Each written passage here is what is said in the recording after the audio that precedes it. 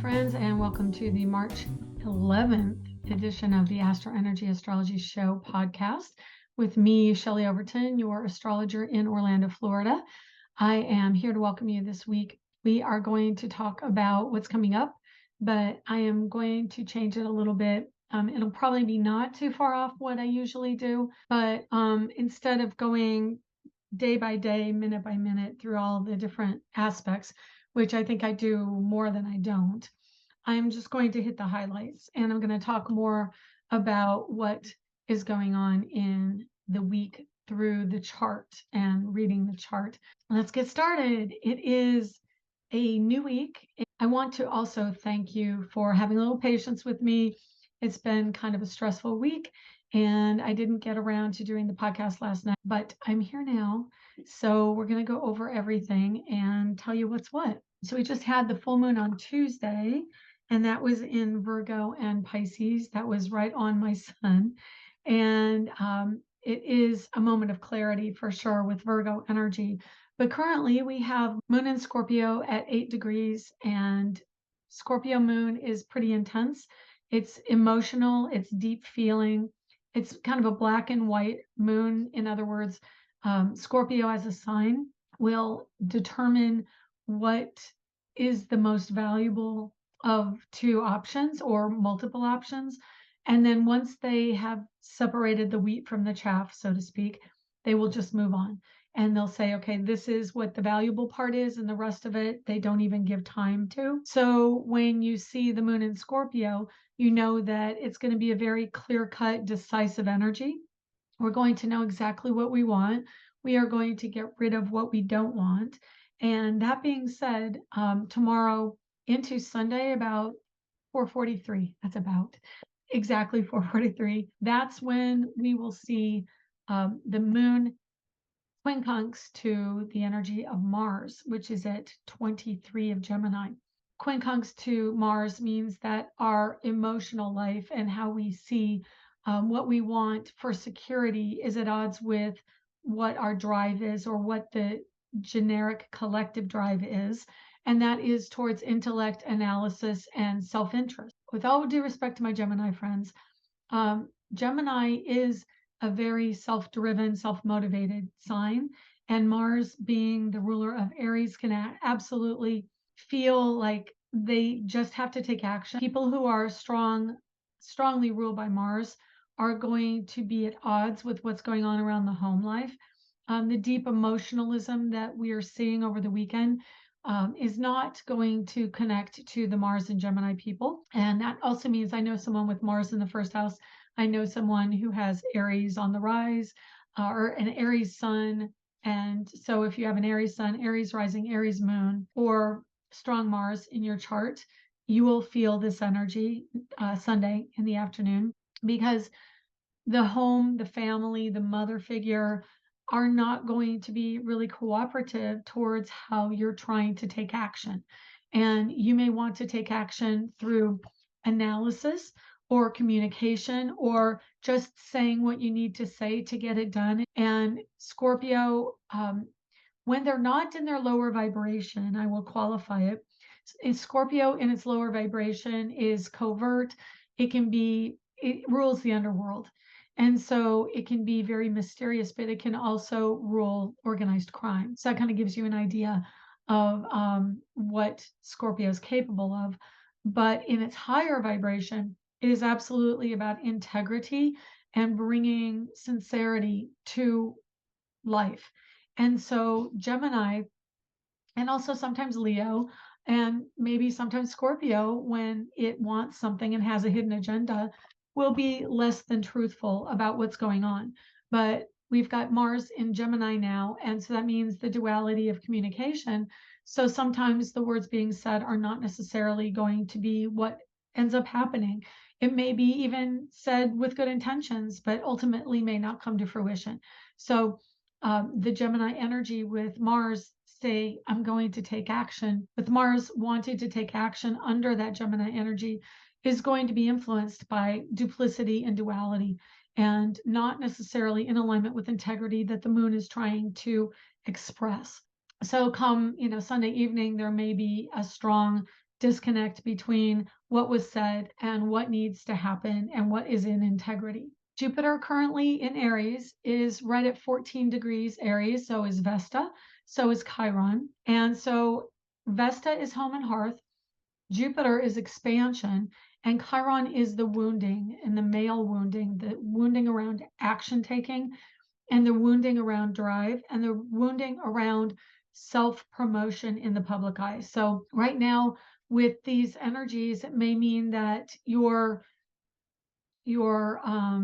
currency around the family or around people that you know that are very close to you may be dwindling because you're expressing something that's much more self-interested. And Aries can be that way because it is the energy of being born. It is the energy of moving forth without thought to what happens afterwards. It's just pure intention on moving forward and creating something new. The Aries energy will create something new right now. There's so much energy in Aries just between Juno, Venus, Chiron, Jupiter, Vesta. And then the sun is only 10 days away from also going into Aries. Mercury will be entering Aries before the end of the month. So we are seeing a tremendous amount of masculine energy being put forth. And that means that we're seeing more emergency vehicles on the road. We may see more aggressive male behavior. I know in my neighborhood, we have a road that's fairly long. I would say it's easily 2 miles long from one side of my subdivision to the other, and it goes around a bend. And you can get up to speeds pretty much as fast as you want to go if you're not paying attention to the speed limit, which is 45. And we regularly have racers along there in the evening, especially on the weekends. Lately, there's also a Starbucks at the beginning point of this activity. And I sit outside at Starbucks, and there's been even more motorcycle activity and hot rod, so to speak. I don't like that term, but racing cars up and down that road, and you hear them all the time. Lately, it's been getting more strong, more loud. So that's the kind of activity that is Aries energy. It's wanting to express through machinery, through guns, through knives and aggression. I mean, the physical movement is part of Aries. It's athletic. It is taking action using machinery and masculine things. It's kind of the quintessential macho energy. And so we see that in our environment. I've seen more emergency vehicles around. Speed is definitely part of the Aries energy, wanting to just, express in a physical sense. So Jupiter is enhancing that. And Juno, which is the moon of Jupiter, is at the last degree and the last minute. He will go in, or I'm not even sure if it's a he or she, it rules marriage. But Juno moves into Taurus very soon. I would say today. Yeah, Juno moves in between the 11th and 12th. Currently, you see the very last icon of Juno, which is like a little crisscross with a line through the middle and a line at the bottom. 2959 in the first house. So he is literally 1 minute of astrological time for moving into Taurus, which is going to be overnight. And so it might even be around 4 o'clock. I vaguely remember doing a chart for that. And I think it is around 4 o'clock in the afternoon, Eastern time. And so once he moves into Taurus, he will bring more of an energy of romance and connectedness to a partner. Taurus is the sign where we couple up. We are more interested in being romantic. We're more interested in practical things such as romance and getting to know another person and actually becoming a couple, which is more practical in relationships, and it's kind of how it's expressed. So when Juno goes into Taurus, he will join up with North Node, and the North Node is a point of fate or destiny in our charts. And so Juno marriage, North Node point of fate, and a life-changing moment. The two together means it's a really strong time for marriage, for engagements, and becoming a couple. We are more aware of what we want to do within a relationship. Venus in Aries is expressing her energy out through the Aries Sagittarius energy, which is the last 10 degrees. So the last 10 degrees of Aries is Sag. And when she does that, she wants to be more traveling, connect to people of other cultures, consider seeking out higher education, taking courses in higher education, or even growing a business around real estate or seeking out something along those lines. So she's very much in that energy, but also Sagittarius Aries energy is energy around athleticism. I have said in the past, Mars and Sagittarius are both, well, not Mars. Sagittarius is an energy when you're looking at charts, if you're looking for a reason astrologically, if I look at a chart and see a strong Sagittarius energy in a woman's chart, there may be an inclination towards lesbianism. And especially if there's a Mars in Sagittarius, that also is a potential. It isn't a given, but it's a potential. And so when you have Venus in late degrees Sagittarius, there is more of an inclination towards athleticism, towards more traditionally masculine physical roles. And she is coming up also on Juno. So there may be some incoming energy around taking action towards a partner as well. Either gender doesn't matter. And then Chiron is the wounded healer. Of course, Chiron is showing us where we have been wounded through male energy, male aggression, our own desire to have a place in society or get recognition, and how that did not work for us, or where we feel weak in that regard or hurt and wounded, and we need to change things around. So Jupiter, I mean, any planet potentially could heal as it goes over the Chiron energy. Jupiter gives us spirituality and physicality as means of healing, and also cooperation amongst people of other cultures. So with the combination of Chiron, Jupiter, and Vesta, this is really having communication around the home and hearth, around family members, and finding out where they're coming from, what's going on with them, especially young people. Aries rules youth, and it really gives us a chance to connect in with the youth and in our particular environments. All of the Aries energy is definitely bringing to our awareness how we take action around self promotion or marketing. It can be really great energy for marketing as well. And yeah, so that's Aries. And then Taurus, again, North Node, Uranus is still at 15. It's like he's set up camp there, but it is a world point. So this is an energy around collective desire to make money. And because it's in Taurus, we are seeing an interesting alternate storyline, so to speak, that we've had a very good economic agenda for many, many years, either in America, either political party. And a lot of that is the goods brought in from China. Now, of course, because of COVID and because of the Ukraine war, the ease with which we are getting goods and, transportation channels being blocked from certain countries around the world, maybe even an escalating geopolitical agenda, we do not have the same ease of goods, and maybe our attitudes towards those goods have changed and shifted. So they're becoming more expensive, and we are seeing inflation. But Uranus is the alternative perspective. It is also awareness and intellect, and it's a greater collective understanding. So in Taurus, we are being made aware of the true nature of retail, the true nature of what's going on financially, and also what's the true nature of our love relationships. So we're seeing that, and it is playing out on a world stage, but it plays out in our particular charts, in our Taurus houses, wherever that is. If we have a different rising sign than Aries, which I use Aries as a baseline because Aries rules the first house, and this type of chart sets up the planets for every house they naturally are in tropical astrology. So Taurus being in the second house is definitely affecting all the Taurian energy. It can make us more aware of texture, more aware of kind of a microcosm of understanding things, because that's what Uranus does. It's scientific. It wants to explore and demystify. It is a non-emotional or emotionally detached energy, and it can pick things apart in a micro sense. And so it brings out things that we were never really aware of, maybe didn't observe before.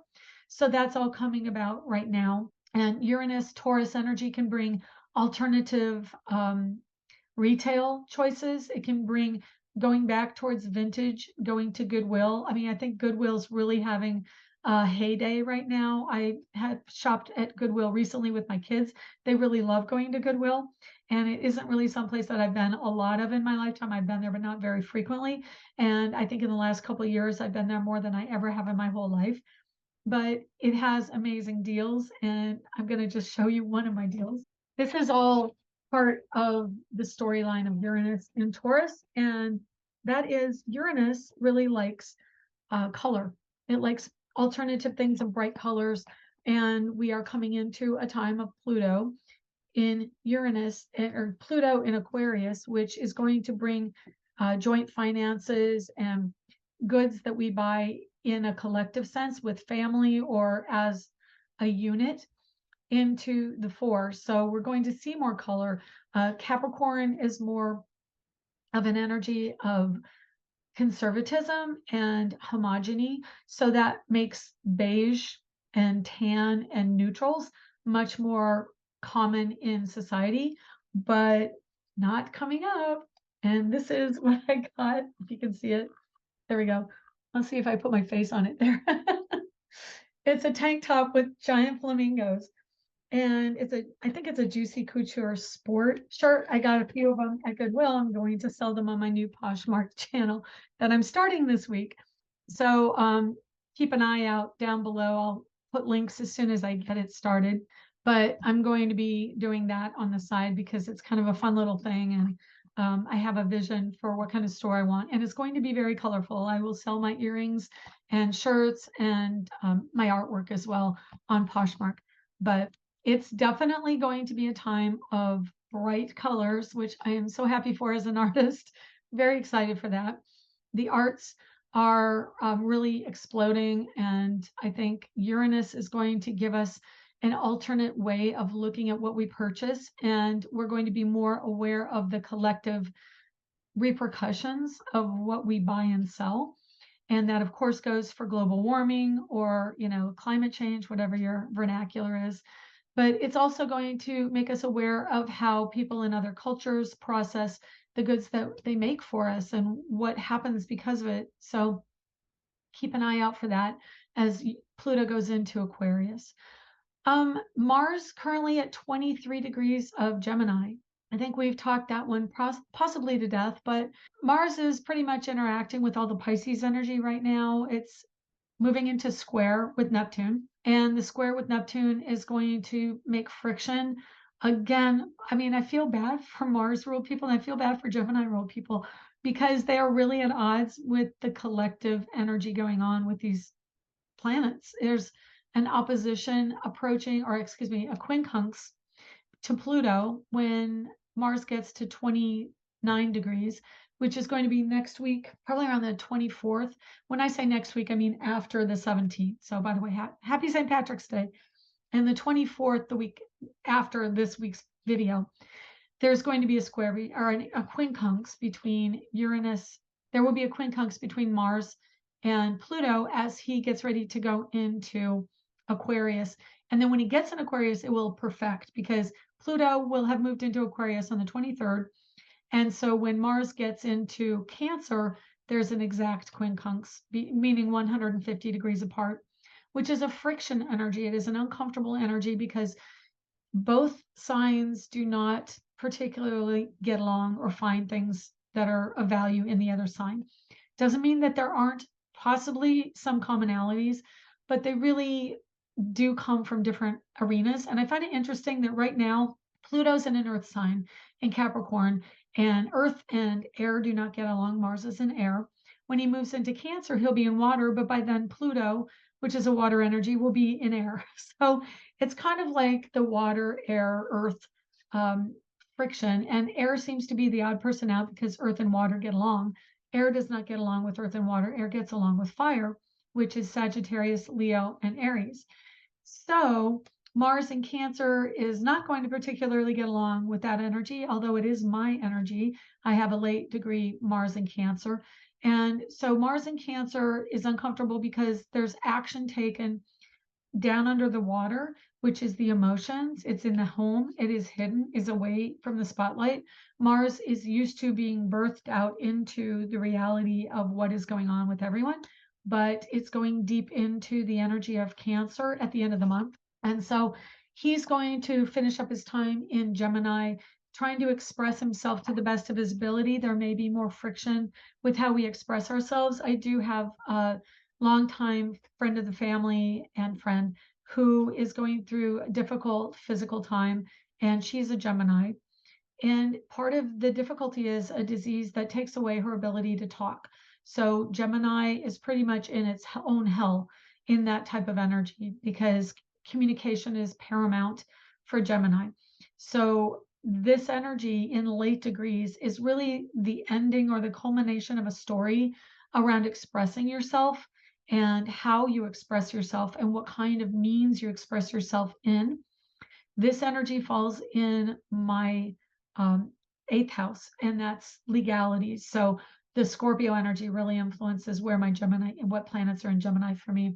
And it can be difficult wherever it falls, but Scorpio energy, any of the water or earth signs are going to be really difficult if it falls in an earth or water house because the energy does not cooperate. It's a fire planet in an air sign. So yeah, we're going to see a bit of friction over the next 10 days with that Mars as he is trying to get his point across in the last 10 degrees of Gemini and then get ready to move into a new sign as well as quincunx Pluto.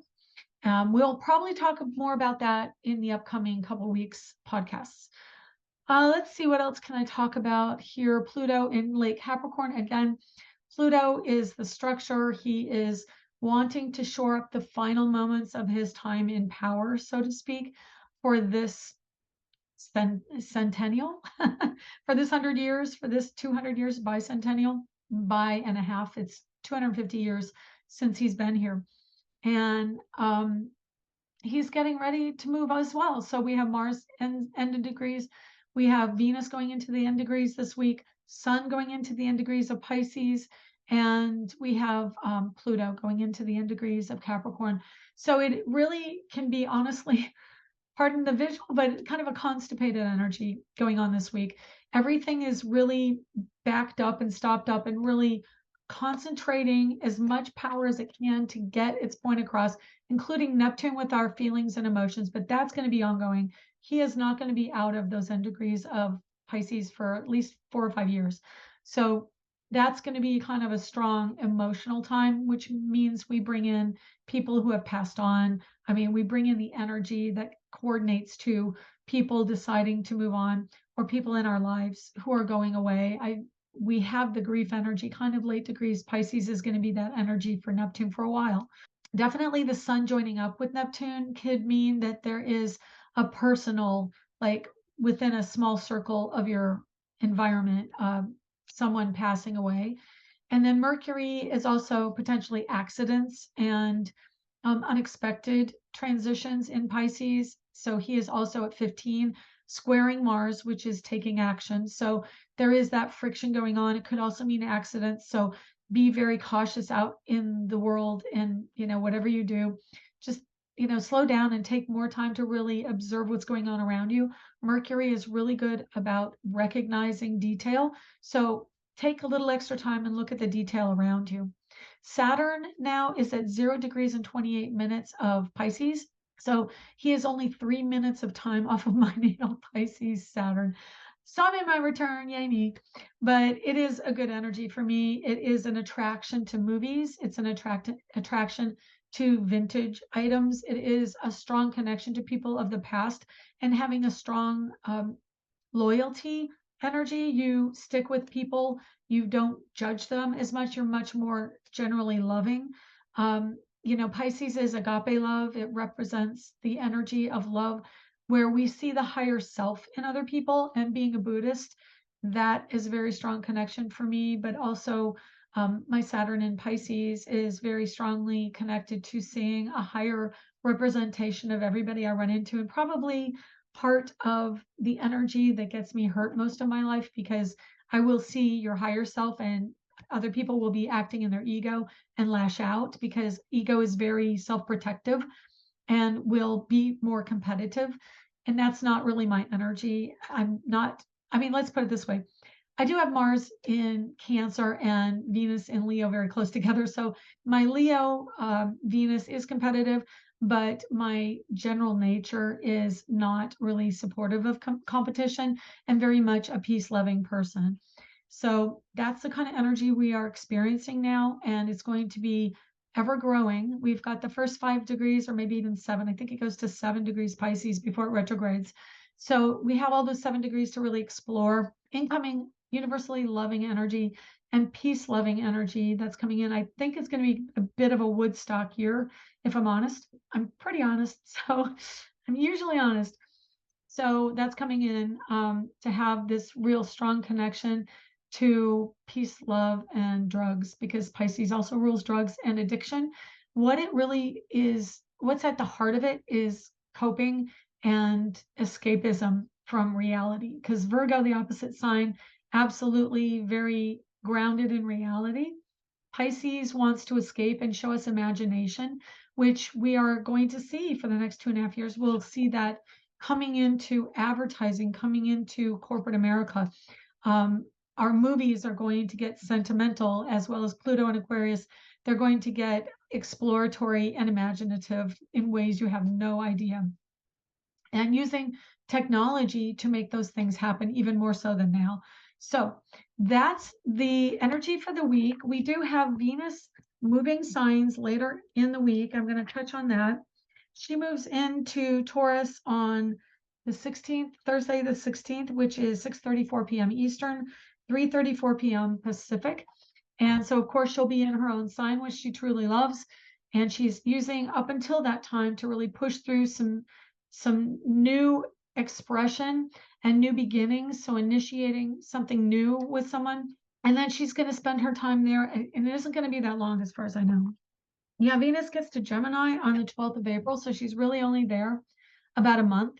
And then we will be exploring Venus in Gemini. So then we will get to explore what Mars already explored. And that may mean that there is duality of love. But the beauty of that is the duality of being in a relationship with more than one person is not going to last as long as Mars lasted.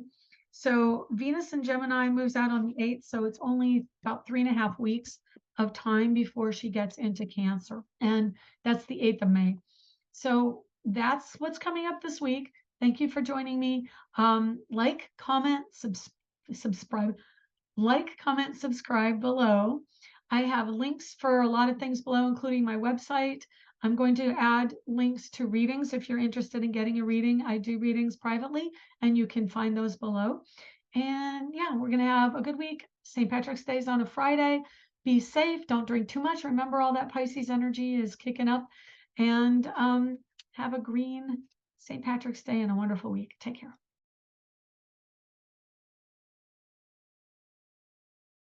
Yeah, on the 12th.